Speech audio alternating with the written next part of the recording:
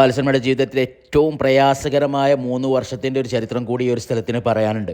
റസൂലുള്ളാഹി സ്വല്ലല്ലാഹു അലൈഹി വസല്ലം നുബുവത്ത് കിട്ടി പ്രബോധനത്തിൻ്റെ തുടക്കകാലത്ത് ഖുറൈശികൾ അത് മുടക്കാൻ പല രീതിയിലും ശ്രമിച്ചിരുന്നു.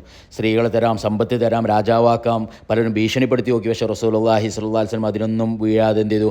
തൻ്റെ പ്രബോധനവുമായി മുമ്പോട്ട് പോവാണ്. അപ്പോൾ ഖുറൈശികൾ മനസ്സിലാക്കി ഈ ദീൻ ഇവിടെ വളർന്നാൽ വലിയ അപകടമാണ്. അങ്ങനെ അവർ ഖുറൈശി നേതാക്കളെല്ലാവരും ഈ കാണുന്ന സ്ഥലത്ത് ഒരുമിച്ച് കൂടുകയും അവർ നമുക്കൊരു തീരുമാനം എടുക്കണം.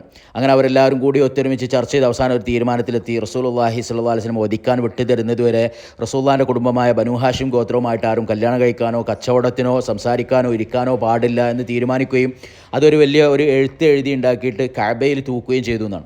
അന്നത്തെ രീതി അനുസരിച്ച് കഅബയിൽ ഒരു നിയമം തൂക്കിയിട്ടാൽ അത് ഖുറൈശികൾക്കും മക്കക്കാർക്കും എല്ലാവർക്കും ബാധകമാണ്. 3 വർഷത്തോളം നീണ്ടുനിന്ന ആ ഒരു ഉപരോധത്തിൻ്റെ കരാറുകൾ എഴുതിയുണ്ടാക്കിയ സ്ഥലമാണിത്. ആ ഒരു കരാർ എഴുതിയിരുന്നത് ബഗീവത്ത് ഇബ്നു ആമിർ ഇബ്നു ഹാഷിം എന്ന് പറയുന്ന ഒരാളായിരുന്നു. പിന്നീട് റസൂലുള്ളാഹി സ്വല്ലല്ലാഹു അലൈഹി വസല്ലമയുടെ ദുആ കാരണം അയാളുടെ കൈകൾ നശിച്ചുപോയി എന്നാണ്.